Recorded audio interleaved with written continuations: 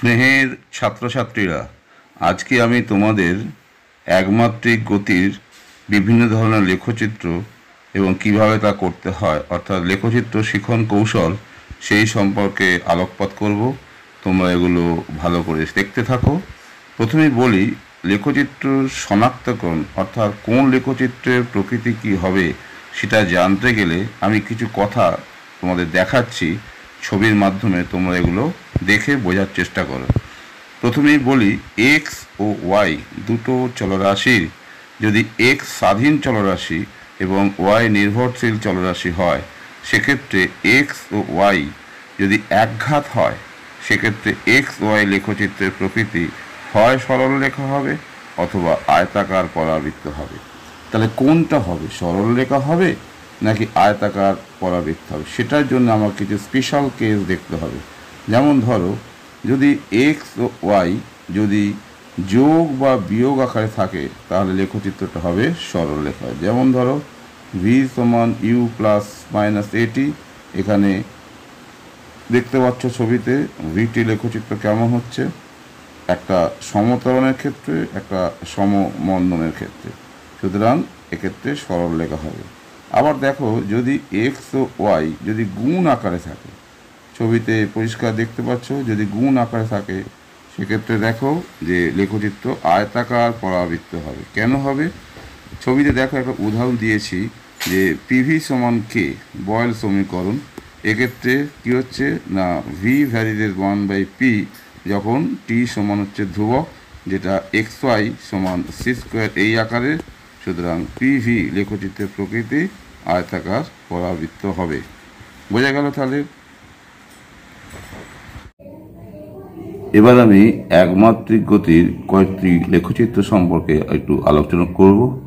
প্রথমে ধরো, সমবেগে সমতরণে সমমন্দনে গতিশীল বস্তু কণার বেগ সময় লেখচিত্র কেমন হয়। তোমরা ছবিটা ভালো করে দেখো যে প্রাথমিক বেগ নিয়ে যদি বস্তু কণা সমতরণে সমবেগে ও সমমন্দনে গতিশীল হয়, তার লেখচিত্র কেমন হবে ছবিটি ভালো করে দেখো।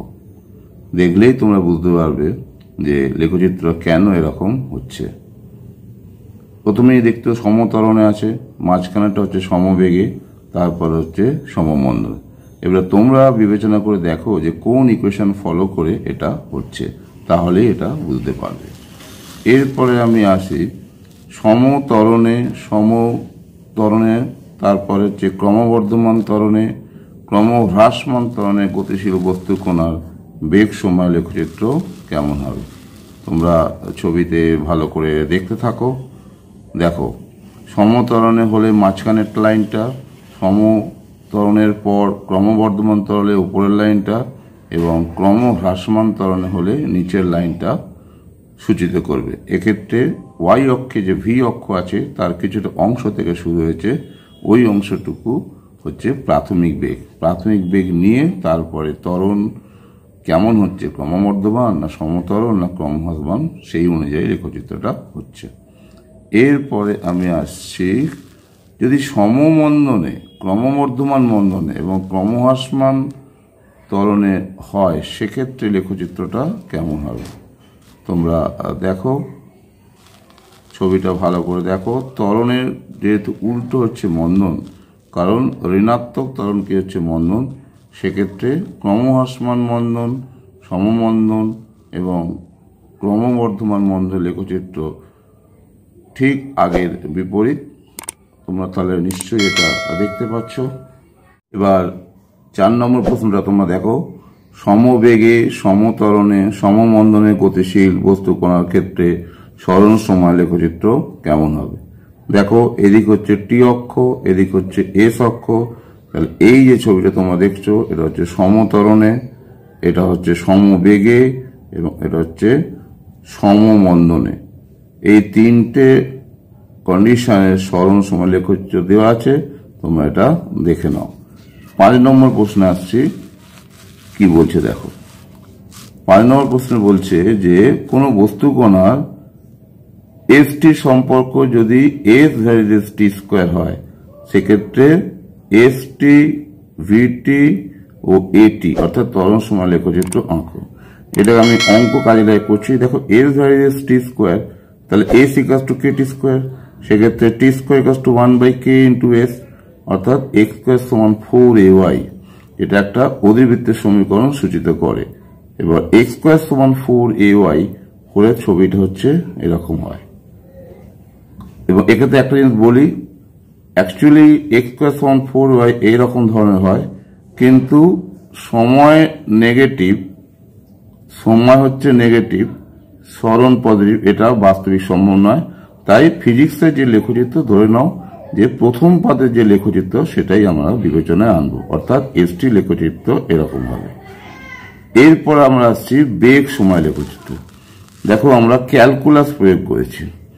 এস ইকাস টু যদি কেটি স্কোয়ার হয় তাহলে ভি সমান ডিএস বাই ডিটি, অর্থাৎ 2kt, ওয়াই সমান এমএক্স, ওয়াই সমান এমএক্স মানে হচ্ছে মূল বিন্দুগামী সরলরেখা। দেখো ছবিতে পরিষ্কার দেওয়া আছে, এটা হচ্ছে টি, এদিকে হচ্ছে ভি, তাহলে মূল বিন্দুগামী সরলরেখা কেমন হচ্ছে। এরপরে হচ্ছে ত্বরণ সময় লেখচিত্র। দেখো ক্যালকুলাস এক্ষেত্রে কিন্তু মাস্ট। যদি ভি সমান যদি 2kt হয় তাহলে ক্যালকুলাস সাহায্যে এ সমান হয়ে যাবে ডিভি বাই ডিটি 2k, যেটা একটা ধ্রুবক সংখ্যা, তাহলে ওয়াই সমান ধ্রুবক।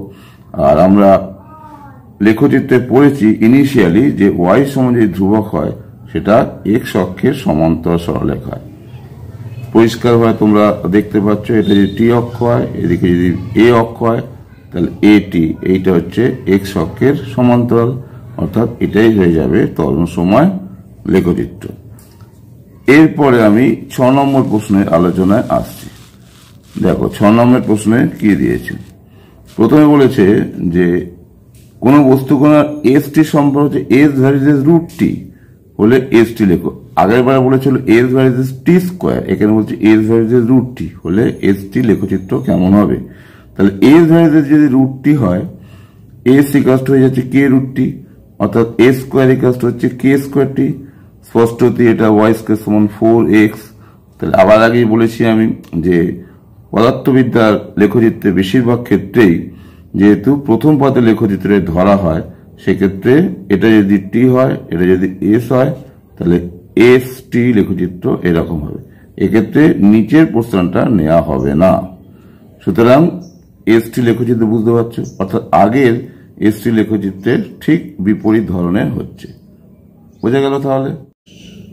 এবার 7 নম্বর প্রশ্ন দেখো, বলছে একই সরল সময় লেখচিত্রে 30 ডিগ্রি ও 60 ডিগ্রি নতির দুটি সরলরেখা টানা হলো, কোনটি বেশি গতিবেগ সূচিত করবে। তোমরা এটা দেখো যে 30 ডিগ্রি আর 60 ডিগ্রি দুটো নতি, প্রথমটা হচ্ছে 1 নম্বর, দ্বিতীয়টা হচ্ছে 2 নম্বর। তাহলে এস সমান ভিটি, অর্থাৎ সমবেগে গতিশীল বস্তু কণার ক্ষেত্রে সরল সময় লেখচিত্র সম্পর্ক হচ্ছে এস সমান ভিটি, যেটা হচ্ছে ওয়াই সমান এম এক্স এই আকারের, আর ওয়াই সমান এম এক্স হচ্ছে মূল বিন্দুগামী সরলরেখা। সুতরাং এক্ষেত্রে আমরা তুলনা করে বলতে পারি যে ভি হচ্ছে ট্যান থিটা, অর্থাৎ প্রবণতা এখানে গতিবেগ সূচিত করছে। তাহলে পরিষ্কার দেখো কিভাবে এখানে ব্যাপারটা দেখানো হয়েছে যে tan 60 বাই tan 30 এটা হচ্ছে দ্বিতীয় এবং প্রথম গতিবেগের অনুপাত, যেটা 3:1 আসছে। তাহলে এখান থেকেই আমরা বলতে পারছি যে 30 ডিগ্রি নতির মূল বিন্দুগামী সরলরেখাটি 60 ডিগ্রি নতির সম্পন্ন সরলরেখার তুলনায় বেশি গতিবেগ সূচিত করবে, এবং এক্ষেত্রে দ্বিতীয় আর প্রথম গতিবেগের অনুপাত 3:1 হবে। পরবর্তী 8 নম্বর প্রশ্ন ভালো করে তোমরা দেখো, বলছে কোন সরণ সময় লেখচিত্রে একটি গতিশীল কণার নতি 1 সেকেন্ডে 45 ডিগ্রি থেকে বেড়ে 60 ডিগ্রি হলো, কণার ত্বরণ কত। তাহলে আগের নীতিটাই আমরা এক্ষেত্রে কাজে লাগাবো। দেখো এস সমান যদি এস সমান দেখো ভিটি, তার মানে ওয়াই সমান এম এক্স, সেই একইভাবে বলা যেতে পারে ভি সমান হচ্ছে ট্যান থিটা। সুতরাং একটা 45 ডিগ্রি নতি আর একটা হচ্ছে 60 ডিগ্রি নতি, সেটা 1 সেকেন্ডের ব্যবধানে পরিবর্তনটা হয়েছে। তাহলে আমরা বলতেই পারি V1 সমান হচ্ছে tan 45, V2 সমান হচ্ছে tan 60, টি হচ্ছে 1 সেকেন্ড। সুতরাং ত্বরণ তো আমরা জানি যে বস্তু কণার ত্বরণ হচ্ছে V2 minus V1 by T. সুতরাং tan 60 মাইনাস tan 45 বাই 1, তাহলে √3 - 1/1 অর্থাৎ ত্বরণ হয়ে যাচ্ছে 0.732 ইউনিট পার সেকেন্ড স্কোয়ার। বুঝতে পারলে? তাহলে 7 নম্বর প্রশ্নে আসি। বলছে অবাধে পতনশীল বস্তু কণার ক্ষেত্রে ত্বরণ সময় লেখচিত্র কেমন হবে? তোমরা নিশ্চয়ই জানো অবাধে পতনশীল কোনো বস্তু অভিকর্ষ ত্বরণের নিচে পড়ে। সুতরাং প্রশ্নানুযায়ী এখানে বলা যেতেই পারে যে a সমান g, এটা হচ্ছে অভিকর্ষের ত্বরণ। তাহলে a হচ্ছে y অক্ষ, t হচ্ছে x অক্ষ। তাহলে এখানে আমরা বলতেই পারি, ভালো করে দেখো, যে y সমান হচ্ছে ধ্রুবক, y সমান ধ্রুবক মানে হচ্ছে x অক্ষের সমান্তরাল। সুতরাং x অক্ষে যদি t হয় আর y অক্ষে যদি a হয়, তাহলে এই যে রেখাটা এটাই হয়ে যাচ্ছে অভিকর্ষ ত্বরণ, এবং এই ধ্রুবকটা এখানে হয়ে যাচ্ছে অভিকর্ষ ত্বরণ সূচিত করছে। ওকে, এবার পরের প্রশ্ন 8 নম্বর প্রশ্ন দেখো। এখানে এটাকে বলেছে যে যদি s = s0 + ut + ½ at² হয়, এই সমীকরণটা হয়, তাহলে এটা কি ধরনের গতি সূচিত করবে? এখানে একটা লক্ষ্য করে দেখো যে যদি t সমান 0 হয় তাহলে s সমান s0, অর্থাৎ আমরা দেখতে পাচ্ছি যে যাত্রা শুরুর মুহূর্তে কণার সরণ ছিল s0 এবং ut + ½ at² এই রাশিটা দেখে বলা যেতে পারে যে কণাটা সমত্বরণে গতিশীল। সুতরাং এটা হচ্ছে t যদি হয় এবং এটা যদি s হয়, তাহলে s0 এটা হচ্ছে প্রারম্ভিক অবস্থান। সুতরাং এরপরে ut + ½ at² অর্থাৎ সমত্বরণে গতিশীল আছে। নেক্সট 9 নম্বর প্রশ্ন ভালো করে দেখো। 9 নম্বর প্রশ্নে বলেছে যে সমীকরণটা ক্ষেত্রে বলে দিয়েছে, কি বলেছে না v² = v0² + 2ax - x0। সেক্ষেত্রে v²x লেখচিত্র আঁকো এবং দেখাও যে x0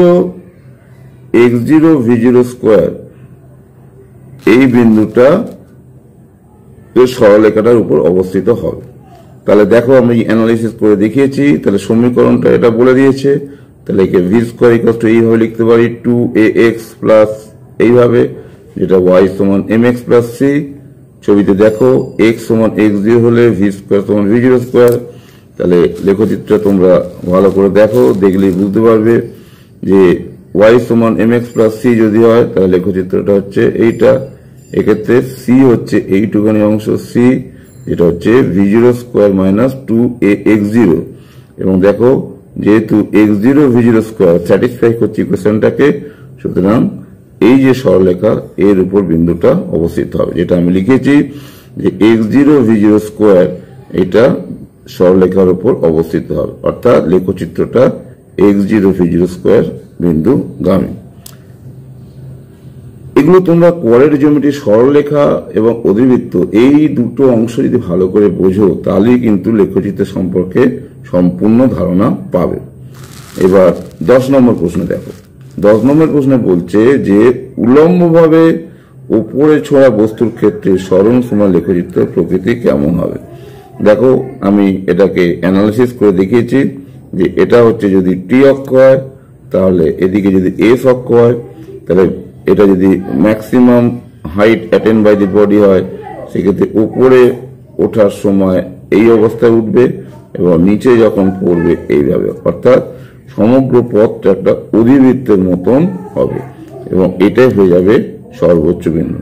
তাহলে এই যে অধিবৃত্তাকার ছবিটা, যেদিকে t x অক্ষ বরাবর, y হচ্ছে s অক্ষ বরাবর, সুতরাং এটাই অধিবৃত্তের সমীকরণ সূচিত করবে এবং লেখচিত্রের প্রকৃতি অধিবৃত্তাকার হবে। তাহলে আজকে এটুকু থেকে তোমরা বুঝতে পারছো যে একমাত্রিক গতির ক্ষেত্রে কয়েকটি বিশেষ ধরনের লেখচিত্র নিয়ে আমি আজ আলোচনা করলাম। এইগুলো তোমরা যদি বোঝো তাহলে এ ধরনের যে কোনো লেখচিত্র তোমরা মোটামুটি ভাবে সরলরেখা এবং অধিবৃত্তকে ভিত্তি করে তোমরা সম্পন্ন করতে পারবে। তাহলে আজকে আমি এখানে শেষ করছি।